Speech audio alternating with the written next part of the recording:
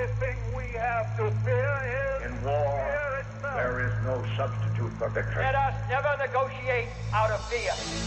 We stand undivided, forever united, fighting hand in hand for the liberty we burn, for glory and honor, for our sons and daughters, ever mindful of the lessons we've learned.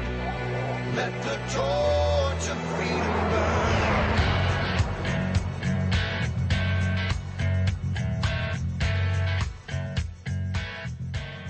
President Thomas Jefferson said, "I know no safe depository of the ultimate powers of the society, but the people themselves. And if we think them not enlightened enough to exercise their control with a wholesome discretion, the remedy is not to take it from them, but to inform their discretion by education. This is the true corrective of abuses of constitutional power."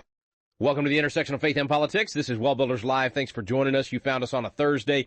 That's Foundations of Freedom Thursday. Around here, we look at the Constitution, the Declaration, and founding principles, and we love doing it by taking your questions and taking it the direction you want to take it. So be sure and send your questions in to us, radio@wallbuilders.com. You can find out more information at both of our websites, wallbuilders.com and wallbuilderslive.com. I'm Rick Green here with David Barton. David, we've got several questions we're going to try to get to today. Looking at those foundations, it's going to be fun. It will be fun. And as always, they scatter all over the Constitution, which is a lot of fun to see where folks want to go in the Constitution. And Thursdays, that's what we do. We go back to the Constitution, look at things. Well, if we get to the ones we got lined up today, man, we're going from, we got Loveland, Colorado, we got Florida, we got Oregon. They're coming from all over the country. So, folks, keep sending them in. We love getting your questions and love having the opportunity to cover these topics. So, David, I'll throw the first one to you. It's from Beverly in Colorado, and she said, "Love your show on Sunday mornings on the Blaze." By the way, Blaze is a national network, Glenn Beck's network, and they have Blaze Radio as well. But on Sundays they run all the programs that we do all the days of the week, and so that's what the Blaze is. That's a national network, and it is a really large network. There are literally millions that are connected on the Blaze through their news site, their website, and through the TV site. So that's what the Blaze is for those who don't know that program or that station. And before we get to the rest of her email, which has her question, a foundational question, this is a great thing she says because a lot of our listeners wonder about this. She said she missed a particular show or missed some websites that we gave out on a particular show and wanted to know if she could find the archives. And, friends, it's all right there at wallbuilderslive.com. If you go to that part of our website, that homepage, look on the right there, and there's a list of some different links, and there's a button for archives. You click on that, and you can go back several months, and you'll be able to get the links. You'll be able to get the show itself and download it. A lot of good information there. So Beverly goes on to say, "What is the status of teaching cursive in the schools? I'm so angry about this, and I want to start a petition locally, but need some advice on how to get started. I've learned a lot from your show and look forward to your response to this email." So, Beverly, here's our response live on the air. David, what about teaching cursive? I see, too, that she said that I looked in Colorado, and you're not on many stations there. And, you know, one of the things that happens is we get on stations a lot just because people send a podcast or something to a station manager and say, "Hey, why don't you get this program picked up?" And we pick up stations all the time. So, folks, if you don't see us much in your state and you want us to be there, just simply go to a station manager and ask them. Give them some podcasts of what we do and the kind of programs we have. And you may be a business person in a community, and you'd like to bring the show to that area. And if that station's not yet ready to carry it like we normally do, you could sponsor the show and get some advertising for your business and get some good information into your community. Exactly right. Well, what Beverly's talking about here goes back to a program that we aired on Common Core. We talked about Common Core, and part of the problem with Common Core is that in the new Common Core standards, they have dropped cursive writing. Now, let's talk about constitutionally here for a bit. We're talking about education. And education is not one of the 15 enumerated powers that went to the federal government. Because it does not go to the federal government, it is retained by the people and by the states in the 9th and the 10th Amendment. So the notion of education itself belongs at the state level, at the local level, but not at the federal level. Well, Common Core has turned into a national or a federal curriculum. It's not supposed to be that way. It was started by the governors. It was supposed to keep the feds out of it. But particularly through the Obama administration, they're giving money out. If you'll adopt Common Core, they give you waivers from Race to the Top, and they give you all sorts of extra money for doing it. And so what you have is you have the federal government trying to do education again and coming up with what we would call national standards. And that's what they're pushing through their money and their waivers.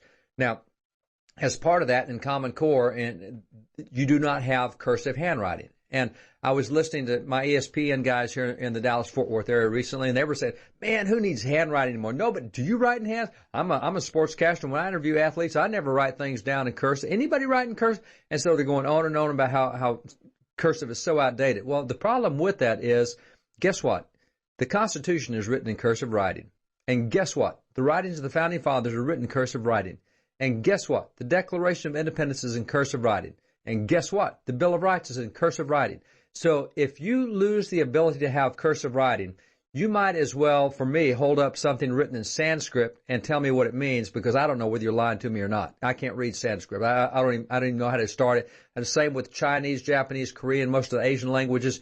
I cannot tell you one character from another. I have no clue. And so that makes me very gullible. If you hold up something written in Chinese and say, this is a treasure map, and it says there's treasure on your ranch in Jacksboro or your ranch in Wichita Falls or wherever your ranch is, I wouldn't know whether you're lying to me or not. And that's why cursive becomes so important, because up until the last 40 years, that's the way that for 360 years we've recorded history in America. And if we're going to cut kids out from 360 years of history and say, hey, you don't need cursive, we'll tell you what it means. We'll just print it for you.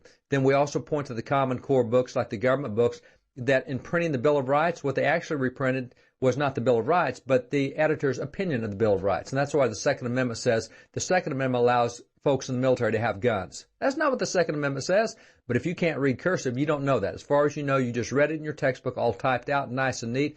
And so that's what Beverly's talking about. And it should cause her consternation, should cause every parent consternation, even if you don't write much with it. And I was, one of the areas I was trained with and did work with was drafting, and my drafting courses and blueprints and et cetera. And so I still do a ton of printing, because that's what draftsmen do. You go through all the classes for the lettering and et cetera. But I still know how to read cursive. And so I can read the Constitution. I can read the letters we have from George Washington, John Adams, and Sam Adams, and John Hancock, and the rest. So if she's really upset about this, what has happened is, depending on the states, they're allowing some states to be able to change up to 30% of the Common Core curriculum. In other words, you have to take 70%, but we'll let the states adjust it on about 30% of the level. So a state could come in and say, well, we want to teach cursive to our kids, and okay, that's part of the 30% you can choose. The 70% you have to do what we tell you from the feds, but you can choose the 30%. The other thing you can do is you can go to your local school board and say, hey, have you guys thought through this? Yeah, I know we don't write much in cursive anymore, but have you thought through the fact that if you stop cursive, you have wiped out 360 years of American history? You've made these kids gullible. They can't check documents for themselves. And nobody thinks about it from that standpoint. They think about it from the sportscasters that we're talking about. Hey, I never used cursive anymore. Great, I'm glad you don't use cursive, but that doesn't mean we didn't use it for 360 years, and you need to be able to read it. So that's what you can do, Beverly. Go to your school board and make sure they know about that. Go to your state legislators and say, hey, guys, you need to make sure that we include cursive here, because most of the legislators haven't thought about what's in cursive, and that's something you can still take care of, and you have the ability and flexibility to do that. So that's the best way to handle that, Beth. We're going to take a quick break. While we're on break, everybody send in your letters to David Barton in cursive. And make sure that he has to read them that way. I'll be struggling. I'll warn you, Rick, if they send me one in cursive, I'll probably send one back, which means they won't be able to read it. Absolutely won't be. It's worse than a doctor's handwriting. We'll be right back, folks. Stay with us on WallBuilders Live. President Calvin Coolidge said, "The more I study the Constitution, the more I realize that no other document devised by the hand of man has brought so much progress and happiness to humanity. To live under the American Constitution is the greatest political privilege that was ever accorded to the human race."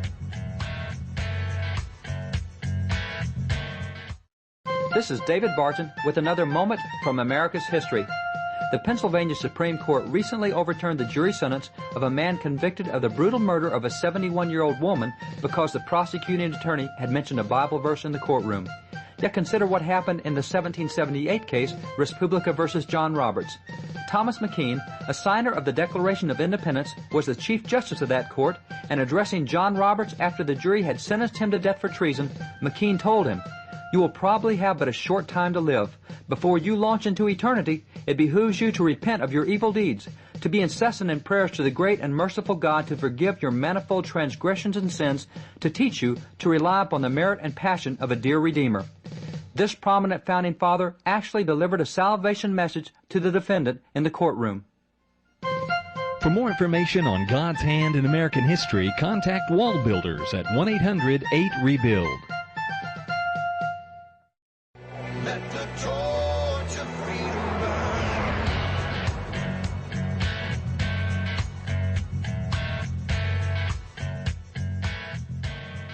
Samuel Adams said, "The liberties of our country and the freedom of our civil constitution are worth defending against all hazards, and it is our duty to defend them against all attacks."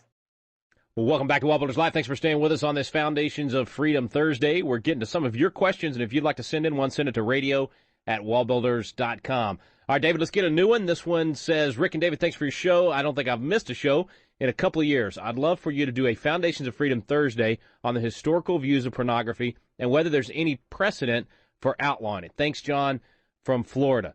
Well, David, it's like a lot of topics we've covered where we think something's new to our generation or our age, but it's not. And, only thing I can remember is the justice. I'm trying to remember who it was. I think Potter Stewart that said he couldn't define obscenity, but he knew it when he saw it. So what about the founders, though? I mean, they dealt with, crass things and lewd things. What did they say about it? Well, let's go back before the founders, because let's first establish that this is a biblical precept in dealing with this. As long as there has been humans and human sexuality, there has been debauchery that goes with it. So whether you want to look at the drawings that are done out of Rome or out of Greece or out of other places, very, very clear at the time of the Founding Fathers. And by the way, you go back to Israel when they went into Canaan. We still have images of the Canaanite gods and Canaanite arts, etc. Very sexually oriented, very crass. So none of this is new. So at the time the Bible was written, pornography was very prevalent in nations all around. It was very prevalent even within people because this is a human tendency, human nature. It's going to be the same thing all the way through the time of Christ and the apostles. I mean, they're surrounded with it. You have this, every generation has had it available in some way. Now, what happens is we're in a generation right now that actually encourages it. The book that we did called U-Turn, George Barton and I did that book U-Turn, and we looked at stats.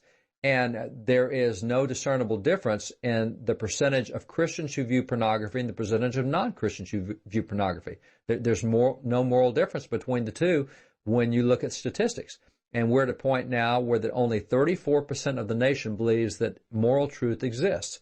So when 2 out of 3, and we're talking 78 to 82% of the nation says it's Christian, but only 34% believes in moral truth. So we're talking that we at a nation are at a point where we're having a lot of very visible pornography. Now, pornography has existed in previous times as well. At the time of the Founding Fathers, it was very, very available back then, but they had a very different position with it. They believed that there were moral rights and wrongs. And by the way, that's part of what you have in the 7th Amendment to the Constitution, where the common law is recognized. And this would fall under what was called the common law. So any type of moral rights and wrongs fell within that genre. And so the Founding Fathers did what they could to promote morality. And as George Washington said, you don't even think about trying to have morality without religion, so you promote religion and morality. And that's why the first federal law that touched education talked about religion and morality and knowledge being the object that you teach in schools. That's what you want because that promotes good government and happiness of mankind is what they said. So you're always promoting religion and morality. We don't do that anymore. We step on religion. We therefore step on morality. And so we're at a point in time where that... If we outlaw anything, we outlaw religion. That's right. And when you outlaw religion, you will outlaw morality. No question about it. That's one of the reasons that right now libertarianism is on such a rise. It's not because they want liberty. They don't want morals. They don't want anyone to tell them what to do, whether it be with drugs or with their body or anybody else's body, if it's consensual. You go back to what the libertarian here is actually Justice Kennedy. You go back to Lawrence versus Texas, where he essentially said, look, if it's consensual, it's constitutional. Really? When is that the new basis, that if we agree on something? And so we've got the suits going now where the 12-year-old has agreed to have sex with her father. And so if it's consensual, why isn't it constitutional? And we say, no, there's got to be morals. Why should there be morals if there's not a religious right and wrong? And so let me take you into the time of the Founding Fathers. Here's a case. It's called Sharpless versus Commonwealth. And here's the indictment from the grand jury. This time of the Founding Fathers, this is the early 1800s. This case came out of Pennsylvania. It said, Jesse Sharpless. Now, this is the grand jury indictment. Jesse Sharpless, designing, contriving, and intending the morals as well as youth as of other citizens of the Commonwealth to debauch and corrupt and to raise and create in their minds inordinate and lustful desires. In a certain house there did scandalously exhibit and show for money certain lewd obscene painting representing a man in obscene and indecent posture of the woman. And it's pornography. And that's what they're indicting him for, is that he was paying to have people come in and see these images and these pictures, etc. And so then the court says, well, wait a minute, he was doing this in private. Can you really punish anything that's done in private? And here's what the court says. It says, whatever tends to the destruction of morality in general may be punished. Crimes are public offenses not because they are perpetrated publicly, but because their effect is to injure the public. And they point out, they said, burglary, it's done in secret, but it's a public offense. And if you secretly destroy fences, that's indictable because that's a public offense, even though you did it secretly. Hence it follows that an offense may be punishable if by its nature and example it tends to corrupt the morals, even though it's not committed in public. It says the corruption of the public mind in general and debauching the manners of youth in particular by lewd and obscene pictures exhibited to view must necessarily be attended with the most injurious consequences. No man is permitted to corrupt the morals of the people. Secret poison cannot be thus disseminated. Pretty strong ruling. Founding Fathers said, no way, you've got to protect morals, but we don't protect morals because we don't protect religion. So that would be the same argument against prostitution. Exactly right. Against certain, drugs, against, all these things that libertarians don't want to have any law against. They're saying, look, if it harms society and it debauches the morals of the culture, then government has a role to say, not here, not in our community. Nations do not survive when they lose their morals, and they lose their morals when they lose their religion. And it's that simple. You will not find nations throughout history, throughout 5,500 years, when they lose their morals, they lose their nation. It's that simple. We've had one constitution for all this time. We've had one declaration for 238 years because we have maintained a moral base in the nation. And so when you've said, well, whatever anybody wants is fine, when you get to where only 34% of the people think that there is even absolute moral rights and wrongs, you're looking at the brink of destruction at that point. So Founding Fathers were very clear on issues like pornography, as were the early courts, as were so many others in that day, for the very reason that we're seeing the demise of it now. And if we don't draw a line somewhere and saying, you know what, there are rights and wrongs, and this may be politically incorrect, and everybody may want to chew my head off, but I'm going to tell you, pornography is not right and should not be constitutional, and never was constitutional until people like Justice Kennedy came along and rewrote the Constitution to find that whatever is consensual is constitutional. But prior to that, there's no constitutional basis for this. And like you said, you've got to draw the line somewhere. And even now in a culture and a society that is as Robert Bork said, slouching towards Gomorrah, we certainly have. Now the line has become almost non-existent. Like you mentioned, a case with a 12-year-old having sex with a parent. I used to use things like that as an extreme example at Patriot Academy to say, is there, when we would discuss these libertarian issues, I say, is there anything you would say government should outlaw that even if it's consensual, we would say in our community we don't want that? I never thought there'd actually now be a case dealing with it. That's how fast we've slouched towards Gomorrah, as Bork said. Well, we've got more coming, too, because we're not there. We've got all these cases coming on combinations and how many can be in the combination. And if I love my dog, why can't I have sex with my dog? And by the way, so we're in all this stuff. And again, if it's consensual, it's constitutional. And so if that's the standard, there is no moral standard. And when there's no moral standard, then everybody will be their own right and wrong. You can no longer govern a society when you have 330 million rights and 330 million wrongs. There is no consensus for government. You cannot have the consent of the governed. You are a dead nation at that point. You may not be in the grave yet, but you're just a walking corpse. Got to take a quick break. We'll be right back. Stay with us here on WallBuilders Live.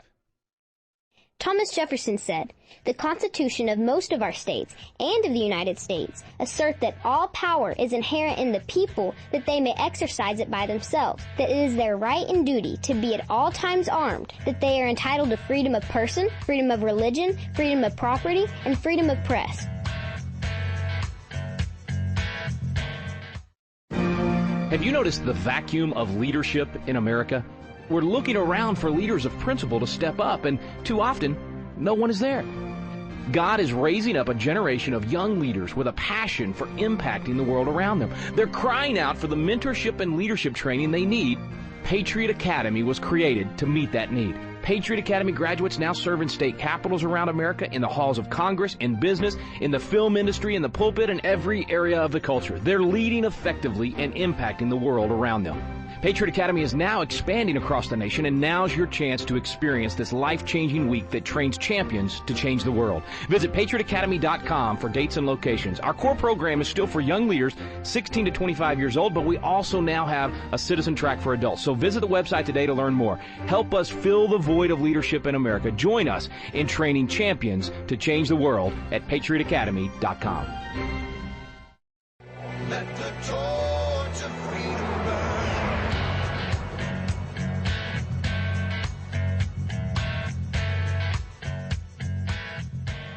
Calvin Coolidge said, "The more I study the Constitution, the more I realize that no other document devised by the hand of man has brought so much progress and happiness to humanity. To live under the American Constitution is the greatest political privilege that was ever accorded to the human race."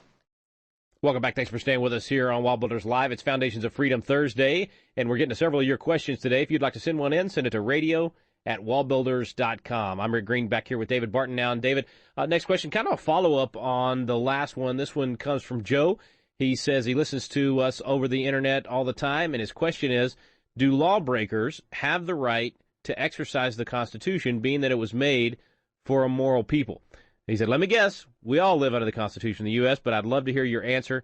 Thanks, and I'll keep on listening. So, yeah, I mean, it's made for a moral people, but it's there to punish the lawbreaker, but we want them to also be able to have constitutional rights, right?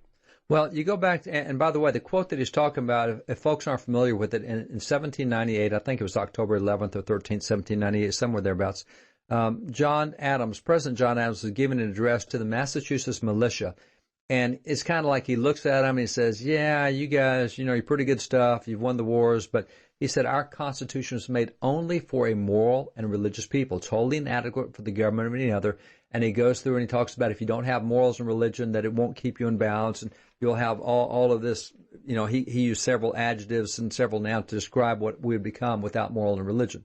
So what Joe's saying is, all right, since John Adams said that the Constitution is only for moral and religious people, if you're not moral, then do you still get all these constitutional rights? And the answer is yes, because the Constitution is built on the philosophy set forth in the Declaration, and the Declaration sets forth the philosophy that there is a God. God gives certain inalienable rights to every single individual, and government exists to protect those rights.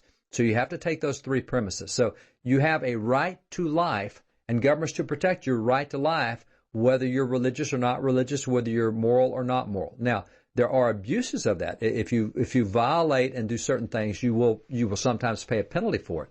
And that's what James Iredell made very clear on punishment of judges. He said you have to do impeachment of judges. He says because there's going to be judges that they'll have good character and they won't do wrong things because they have good character. He said, but there's other judges that don't have good character and they're only going to do the right thing when you see them punish the wrong thing. And so what you have with John Adams' statement is, a moral and religious people need less government. If you want a government that is not intrusive and overbearing and overregulating, then learn to control yourself. The more self-control you have, the more moral and religious you are, the less government will have to control you. The less control you have, like in the French Revolution, the more government will get into controlling you. And if they have to execute 40,000 people at the guillotine, so be it. And that gets everybody else lined up to where they do the right thing because they don't want to take on the government and be punished. So the less religion and morality you have, the more government you're going to need. But yeah, what we have in the Constitution is for everybody. But if they wanted to operate well, and that's why you look back to the time of the Founding Fathers when the Constitution was written. At the time they wrote that and in the years thereafter, you had 3 federal felonies. Why? Because we had a very moral and religious people. Oh yeah, there were people who were immoral, not religious, but overall the nation was moral and religious. We're now at a point of having 4,500 federal felonies. And the point being, if you can't control yourself by something as simple as the 10 Commandments, if you can't prevent yourself from murder, if you can't prevent yourself from theft and from perjury, we can't pass enough laws in the United States to make you do what's right. Now, we can punish you for doing what's wrong, and that's what people fail to understand. Passing laws never prevents bad behavior. It just gives you a hammer to hit them with after they do the wrong thing. So passing a law making murder illegal is not going to stop murder. It just means that when you do murder, we'll punish you for it. Now, if you want to stop murder, you do exactly what Jesus said. You get control of your heart so that you understand that if you have hate in your heart, it's the same thing as committing murder because it leads to murder, so get control of the hate. Well, that's what morality and religion does, is gets control of the inside. So the answer is no. The Constitution protects everyone. They all have inalienable rights. The Bible tells us that God causes the sun to shine on the just and the unjust and the rain to fall on the righteous and the wicked. Everybody gets rain. Everybody gets sun. But some people get blessed with it, and it does more for them than it does for others, and that's because of the use they make of it. So if you want the Constitution to do more for you, the religion and morality will help it do what it's supposed to. It'll be a lot more efficient, a lot more effective. You need a lot less government. And so that's really the answer, is it has to be self-imposed religion and morality. And the Constitution can help preserve that, as we saw in the 7th Amendment, through what's called the common law, which is the moral law, or the laws of nature. Nature's God is what the Declaration called it. You've got to have that. You've got to have punishment for that. But at the same time, it's going to also protect people and their rights that don't necessarily have a religious or a moral mentality. Well, we see it playing out. I don't think anybody would argue that we've become a more moral society, definitely less moral, and therefore much more government has been required to keep, as you said, keep people in line, if you will. If we get to the heart of the matter, which is what we're talking about here, foundations of freedom, it's keeping that religion, protecting that religion, so that we get the morals. Well, the founders are really clear that if you lose your morality, you won't control yourself. Someone else will control you. And I don't think that anyone argues now that we control our own government. When you have 81,000 laws passed since 1993, and they were not passed through Congress but passed through regulatory agencies, it's pretty clear that we no longer govern ourselves, and that's because we've lost our religion and morality. Thanks for listening today, folks. You've been listening to WallBuilders Live. Abraham Lincoln said, "We the people are the rightful masters of both Congress and the courts, not to overthrow the Constitution, but to overthrow the men who pervert the Constitution." We stand undivided.